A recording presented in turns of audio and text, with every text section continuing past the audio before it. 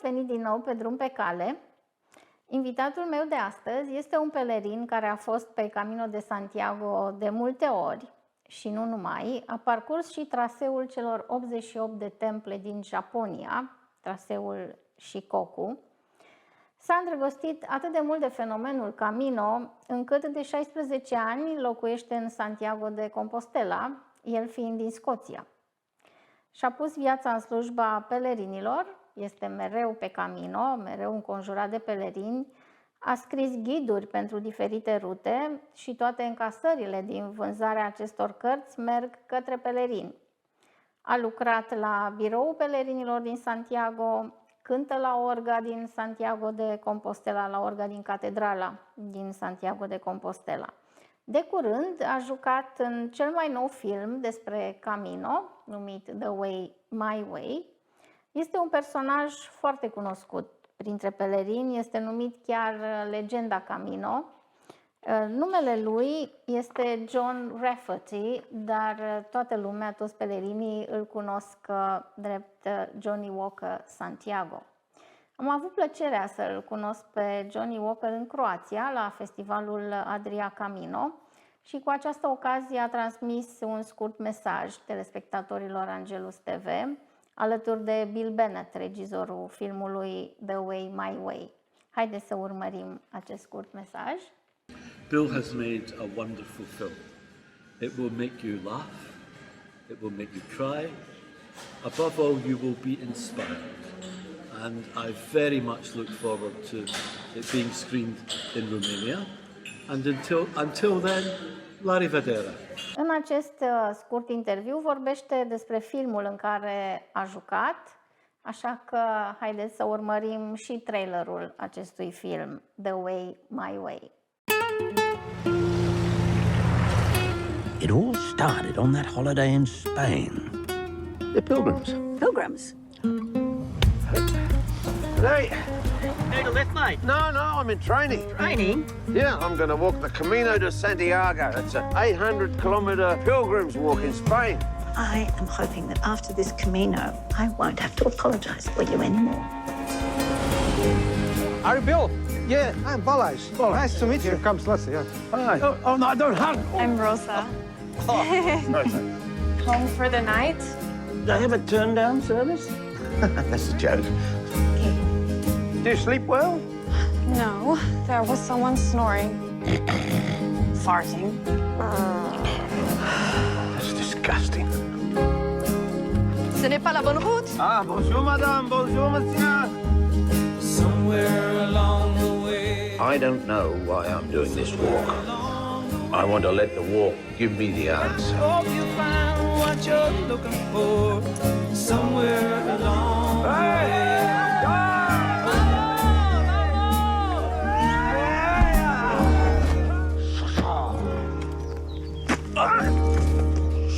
That is bone on bone. You will not be able to continue your Camino. We'll see about that. That's the hardest thing I've ever done in my life. Water. I need water.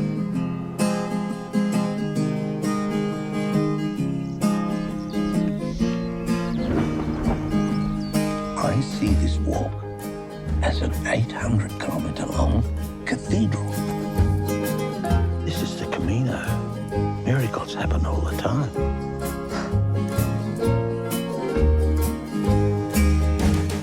Somewhere along the way. Safe journey. My friend. My friend. Camino. Hope you find what you're looking for. Hey, sweetheart. I'm a pilgrim.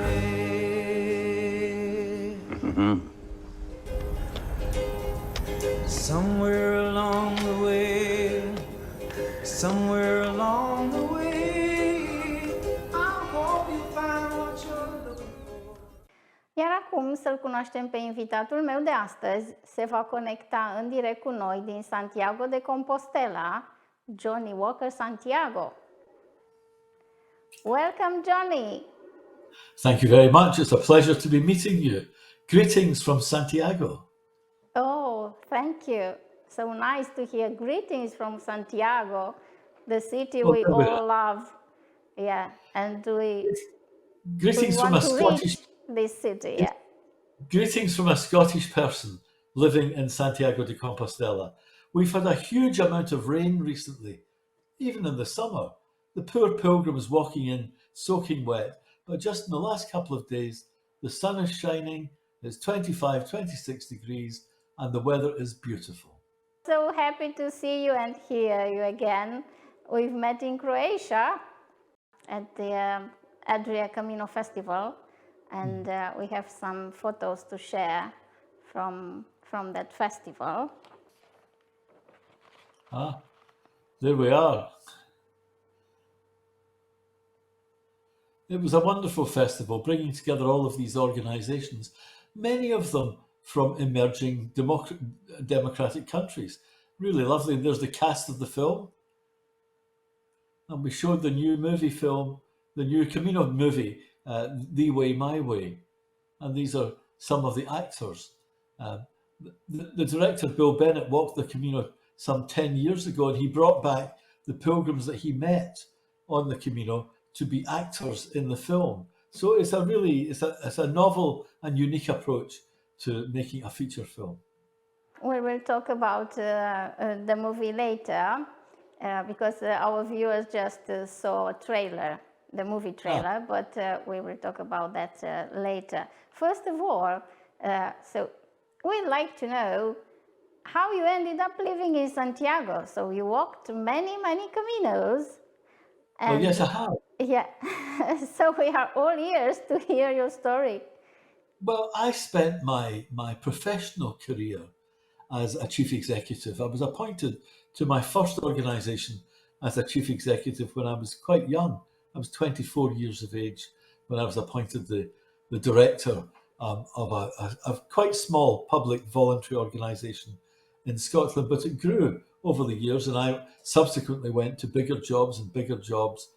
But, you know, for the last 15 years of my career, I spent the time helping organizations who got themselves into difficulty, usually financial difficulties. So I was the person who the board employed to make people redundant, to impose budgets, and to make the organization survive for the future. And I found that very difficult and stressful. And as I reached the age of 50, I had hoped that I would be able to change my lifestyle to a more relaxed, a more spiritual way of life, if you like. And so one day I was invited to dinner at the chairman of the board's house. So I went along to the big house, and he opened the door and he said, "Come into the drawing room whilst Jenny is in the dining room arranging dinner." And so I went into the drawing room, and there on the wall was what I now know to be a map of the Camino to Santiago, the Camino Frances. And there was a photograph of Jenny in different positions along this line, because she had walked the Camino in 3 separate stages. Well, over dinner that night, there was no talk of business.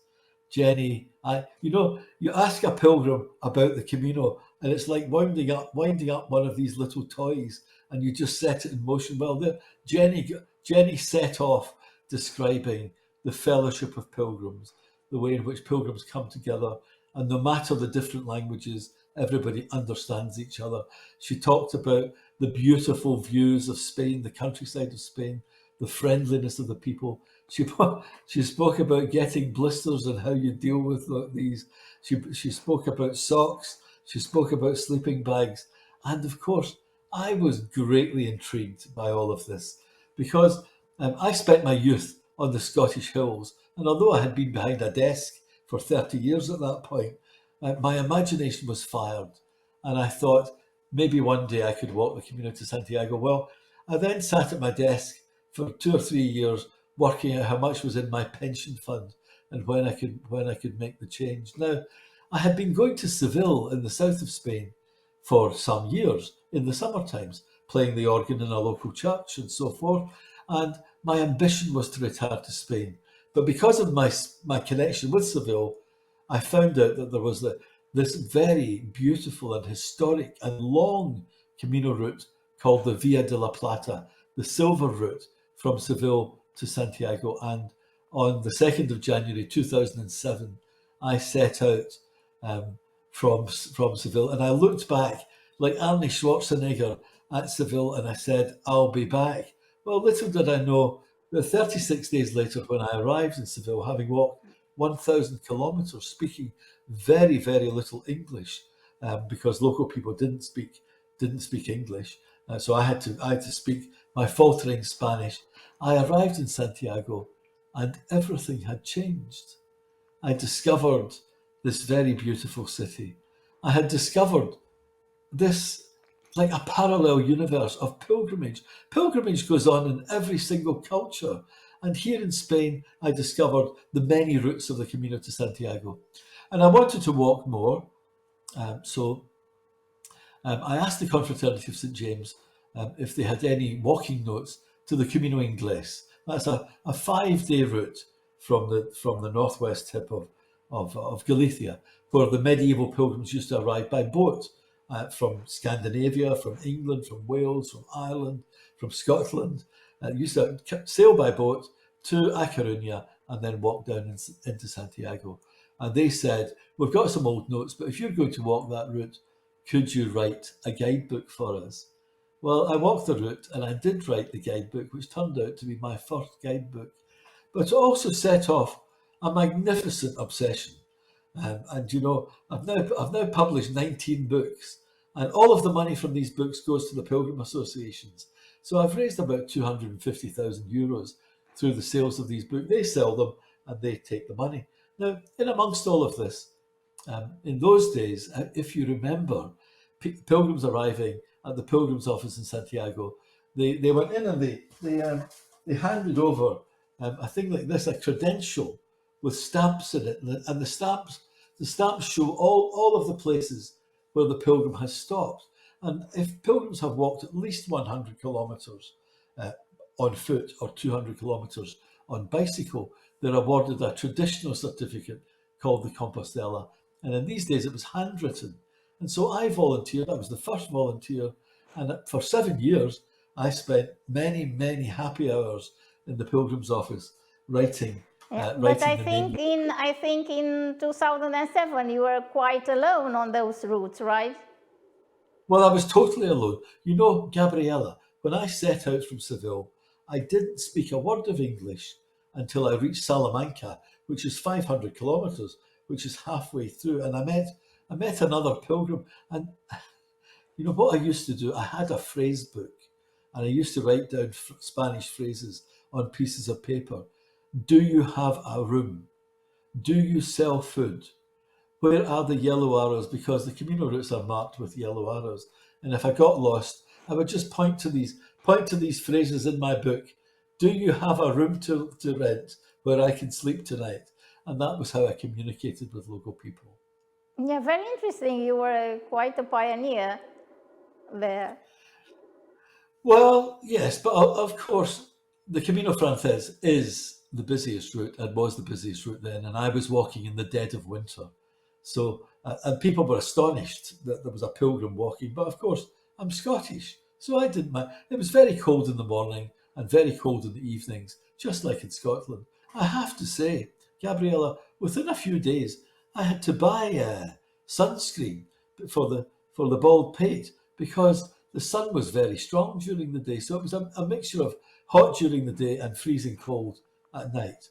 But there were no other pilgrims and no other pilgrims in the albergues at all. So you walked the Inglés also, yeah, the English route? I walked the Camino Inglés. I wrote the guidebook to that. And then they asked me if I would update a guidebook to the Camino Frances. So I walked the Camino Frances. And then there was no guidebook to the Camino Portugués by the coast. So I wrote the guidebook to that in English. And then the Camino Portugués Central Route. And so I just kept going, writing guidebooks. And they kept selling the guidebooks and getting the money. And everybody was happy. But you were still living in Scotland that day. I was living in London. I had moved to London for a job, a wonderful job. I was the director of the National Lottery Charities Board. So the National Lottery started in the United Kingdom in 1993, and there was no organisation to give out the money from the National Lottery to charities. So they had to start, there was an act of Parliament, and we had to start a new organisation. And I was the director and for Scotland, and it was a wonderful job giving away money. And from then I went on to work with the BBC. And then my final job was in an organisation called Unlimited, the Foundation for Social Entrepreneurs. And that organisation received the Millennium Endowment, £100 million. And what we had to do was find people with very good ideas, give them some money, and give them some knowledge and know-how to help put their ideas for social projects into practice. It was a wonderful job. And from there, I set off to walk to Santiago, and everything changed. How many pilgrims were arriving at the pilgrims office in Santiago when you were there? Because it was a long time ago, not like now, hundreds of pilgrims. In 2007, I think 100,000 pilgrims arrived during that whole year, whereas this year, about 530,000 pilgrims will arrive. So 5 times over these 17 years has it grown. But one more interesting trail I know of, that you walked the Shikoku trail in Japan. So you visited all the 88 temples? I began to explore other pilgrimage routes. I walked from Florence to Rome, which I thought was wonderful. Visited Assisi, saw where St. Francis used to sleep.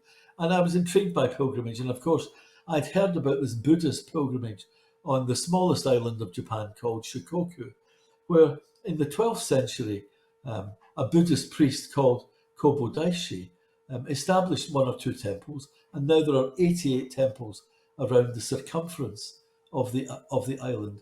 It's about 1,200 kilometers long. It took me a month, and it was a wonderful, wonderful experience. You stay with families, you eat with the families, and I just thought it was tremendous. And of course, it's a Buddhist pilgrimage, but I take my rosary beads with me when I go on pilgrimage. And of course, at the pilgrimage, at the temples, I would take out my rosary to say a decade of the rosary or more. And the Buddhist pilgrims, they used their own Buddhist beads, but they treated me with complete respect. With complete respect. You know, and let me just show you some things. So the pilgrims on the Shikoku pilgrimage, they wear a hat like this, with prayers written on the hat. You've maybe seen pilgrims with this. Oh yeah, we have a photo of you. Interestingly, they wear, and I wore, this white gown. So this white gown, which has got prayers on it. So you would see me, and pilgrims wear white. And this represents the shroud which we will wear in our coffins. And so it's a reminder that we are all mortal and we will die one day. But the Shikoku pilgrimage is considered in Japan to be a holy pilgrimage. And so the pilgrims wear a stole, like a priest's stole. So it's a very, very interesting experience indeed. Now, Gabriella, I showed you earlier, this is the credential which pilgrims on the Camino de Santiago carry, and they collect stamps as they go all along the way. The Shikoku pilgrimage is quite different because this book is the credential. Wow, a book. Yes, a book, and it has 88 pages for every temple. So you go into the temple and they handwrite the name of the deity that the temple is dedicated to, and that becomes the stamp. So instead of a little cardboard credential, I was carrying this book. And to finish the story, at the end, at Temple 88, there is this very beautiful certificate with my name written in Japanese. So that was 6 years ago, a magnificent experience. a tough route, a very tough route. Yeah, that's me at the top of the hill with my hat. And at the end of the day, these temples are these temples are very rarely built at sea level. They're all up mountains. So having walked 30 kilometers, I had to climb whatever it was, 300 stairs to get up to the temple. Now they're Buddhists, Gabriella, but it's very interesting that the rituals are very similar to what we would do in the Catholic Church or in the Orthodox Church. So when you arrive, you ring the bell to announce to the gods that you've arrived.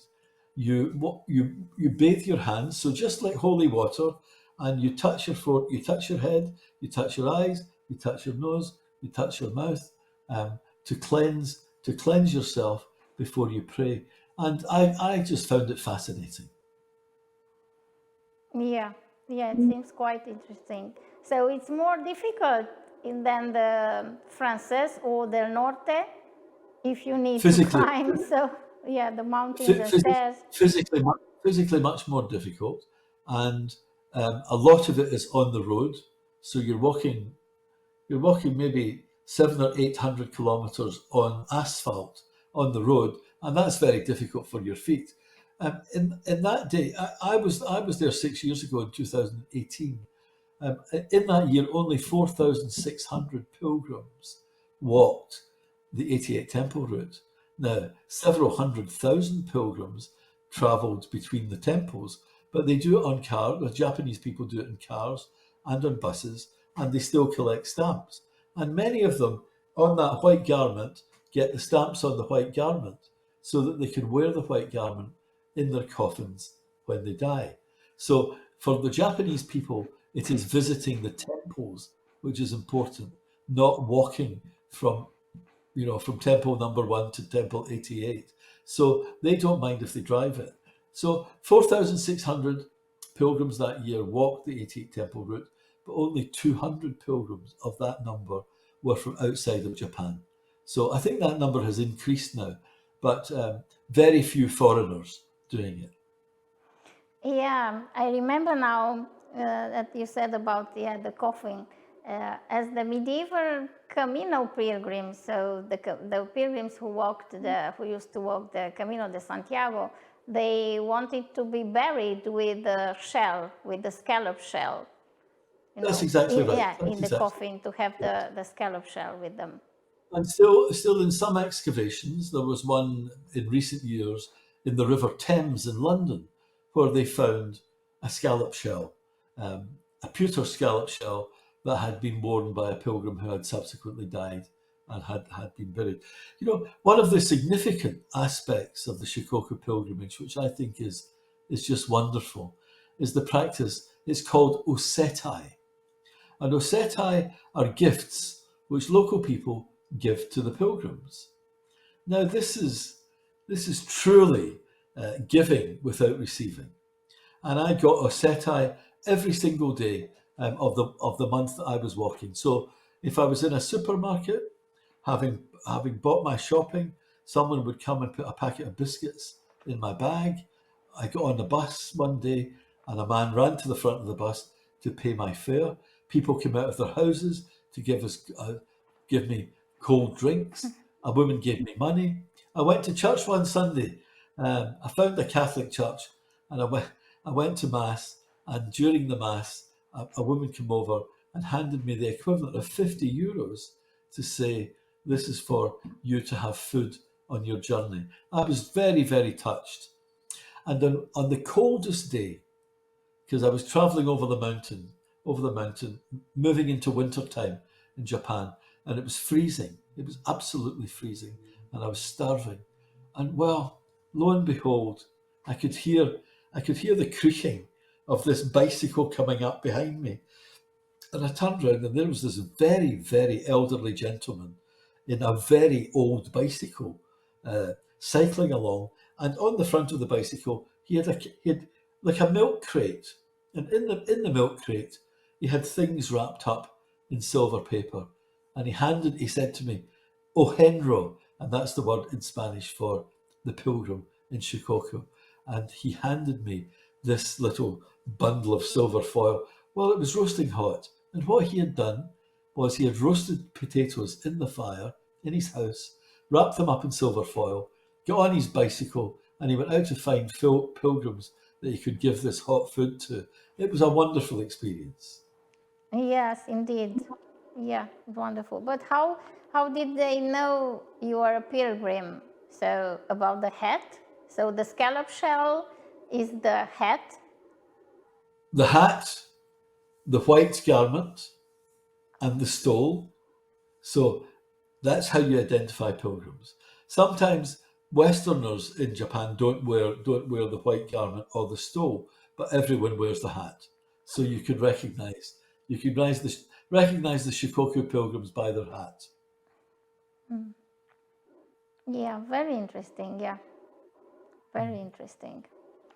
Okay, so going back to Santiago, tell us about the life in Santiago. How is living in Santiago?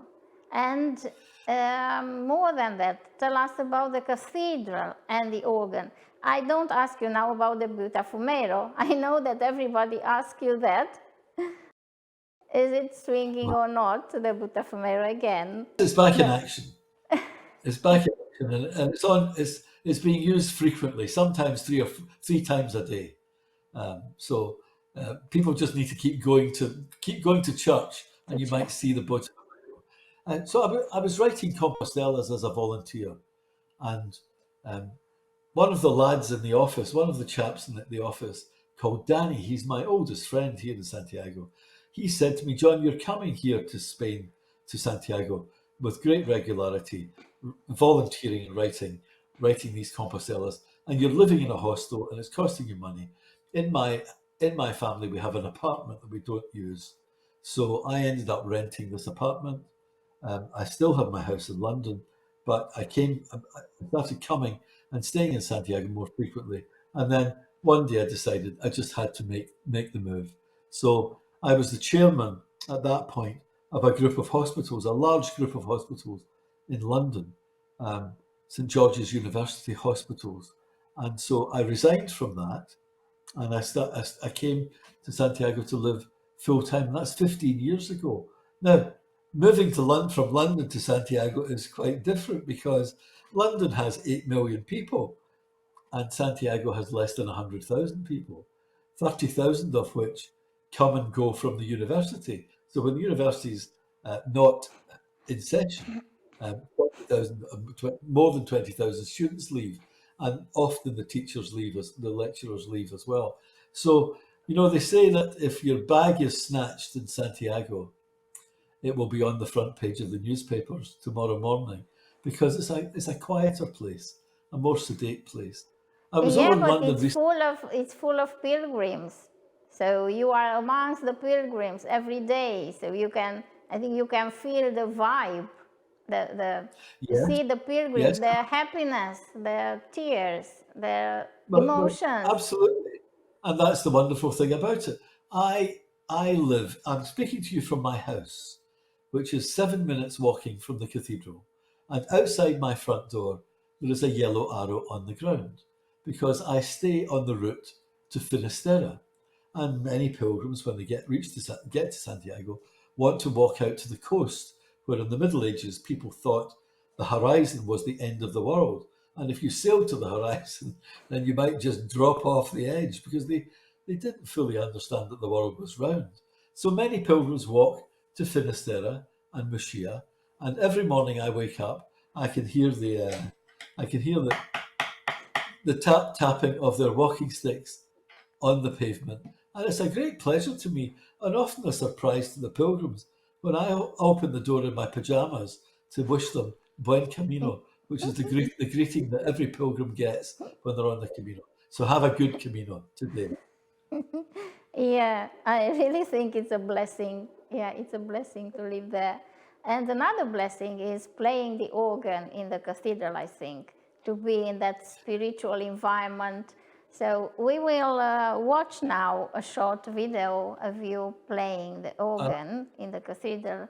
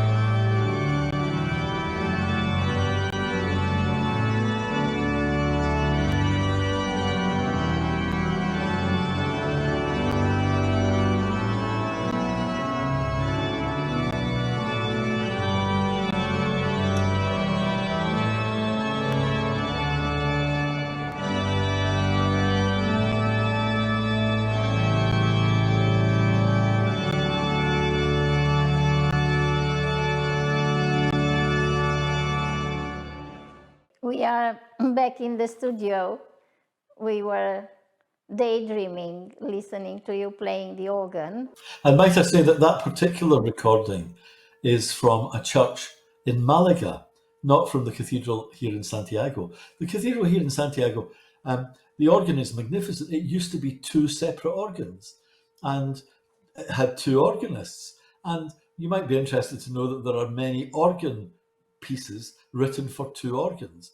But in the 1930s, the organ was joined up, and there's only one organ now. I used to play at 4 masses every Sunday, ridiculous. And I did the 2 Sunday evening masses in the cathedral, and I played for the Botafumeiro many, many times, which was a magnificent experience. And you know, if I heard that there were Irish pilgrims in the congregation, I would play some Irish music. And if I heard that there were some Romanian pilgrims, I would quickly look up on the internet for Romanian music and play some Romanian music. And it was a great joy.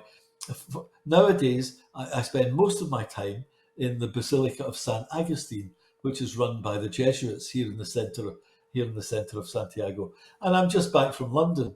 I was playing 36 masses in 9 days, a novena in the centre of London, and that was just a great experience. So playing the organ has been the hobby which has lasted throughout my life. Fortunately, my mother sent me to piano lessons when I was very young, and I've been playing ever since.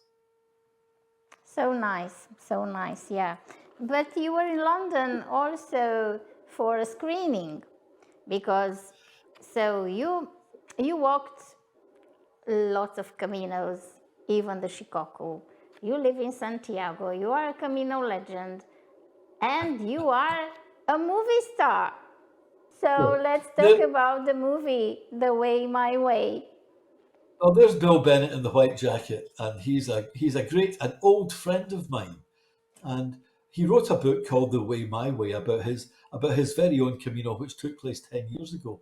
And we had lunch in Santiago about 10 years ago, and he said to me, John, he explained that he's a filmmaker and he's made many films, some of which have been very successful.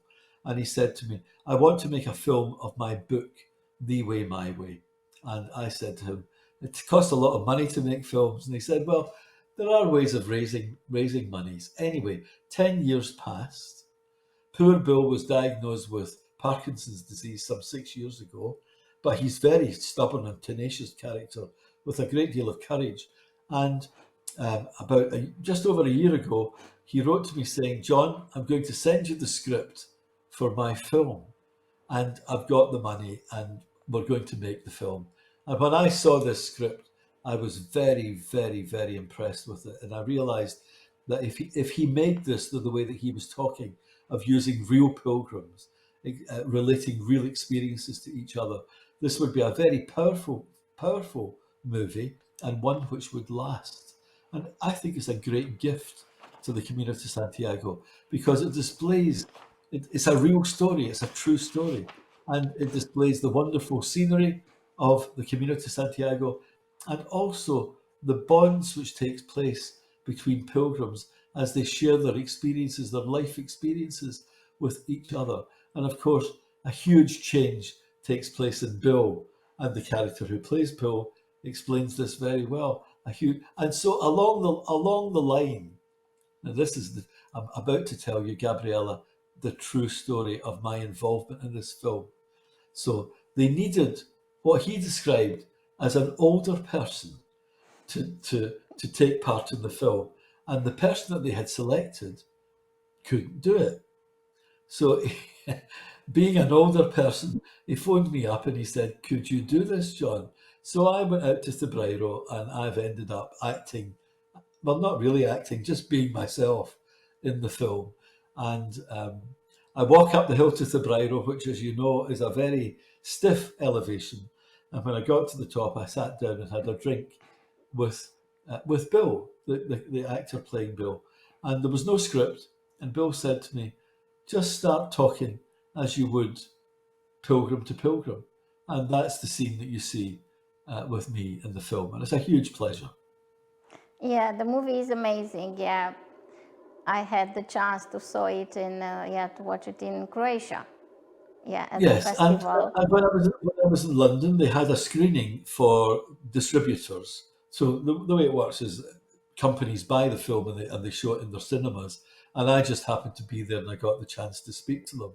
And I said to Bill, we have to bring this film to Santiago, the home of the pilgrimage. And so next week, on the 23rd of July, that's 2 days before the Feast of St. James. So on the 23rd of July, we're showing the film to hopefully 400 people here in the centre of Santiago, and that will be a magnificent experience. We're going to set up a red carpet so that all the pilgrims can get their pictures taken on the red carpet with their fellow pilgrims who are the actors in the film. What And a I wish gift. you were here, Gabby. Yeah, wish you what were a here, gift Gabrielle. for the pilgrims on St. James Yeah. Day. Yeah, before St. James Day. Yeah, I wish I were there. Yeah. Yeah. Johnny, you wrote books, pilgrim guides, but also a code of conduct.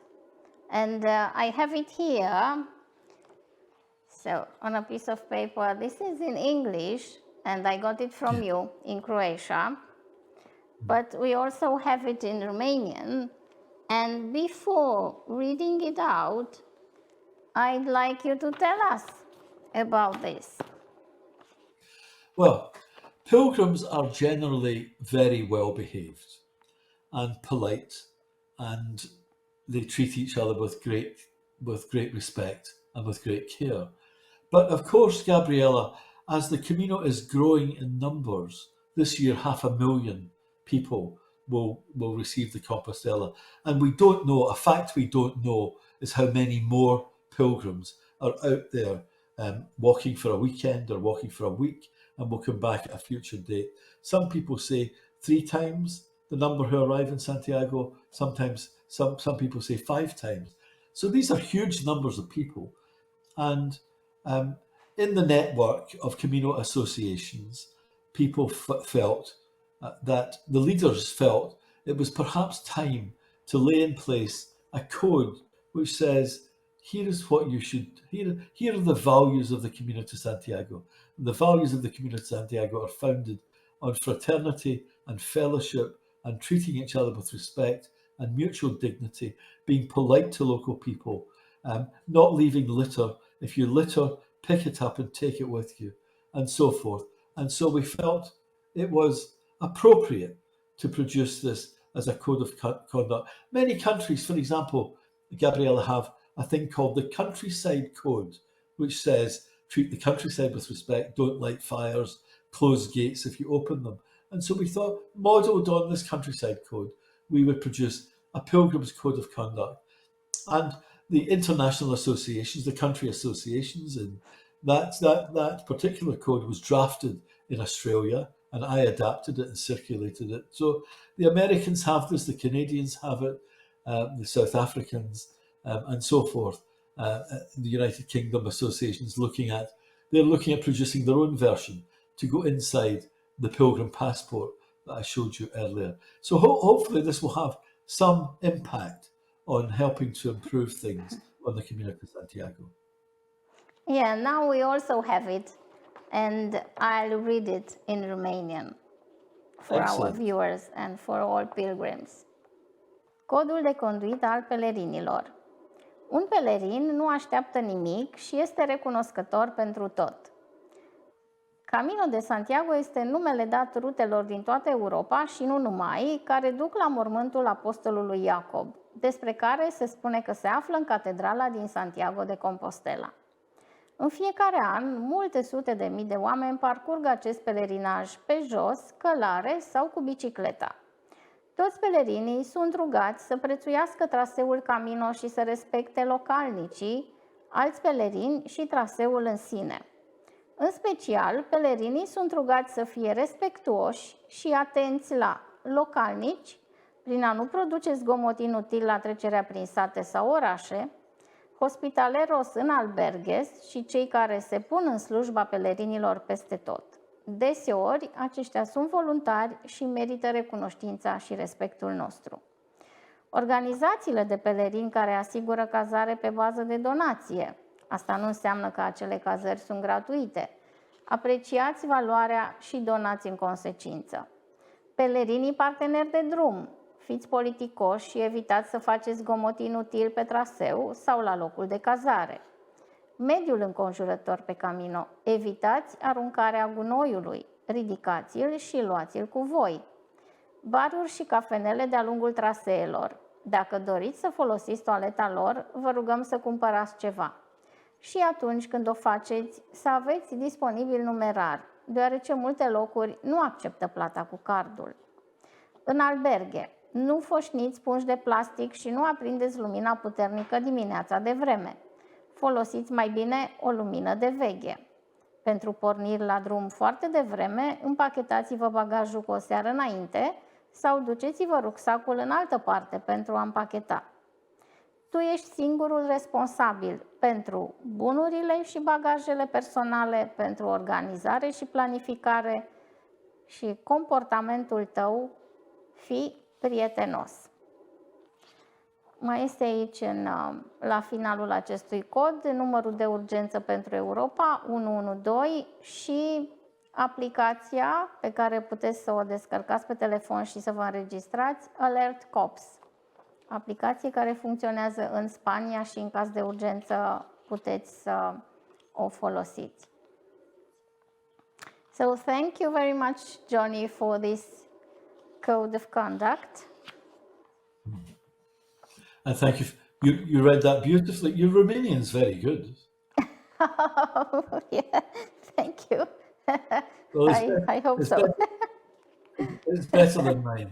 Yeah. Yeah, and your English is better than mine. Yeah. Okay. Yeah. So it was a pleasure having you here and hearing all your stories. Gabriela, the pleasure was mine. I very much enjoyed meeting you and hearing about the Camino de Santiago Association in Romania, and I want to wish you all the very best in your work. And I want to say to your viewers, we need more pilgrims from Romania to arrive in Santiago. And with that, I will say thank you to you. La rivedere. Oh, thank you. Yes, you see, your Romanian is great. Dragi prieteni, mulțumind și invitatului nostru de astăzi, mulțumind și echipei din regie, eu vă spun până data viitoare, buen camino!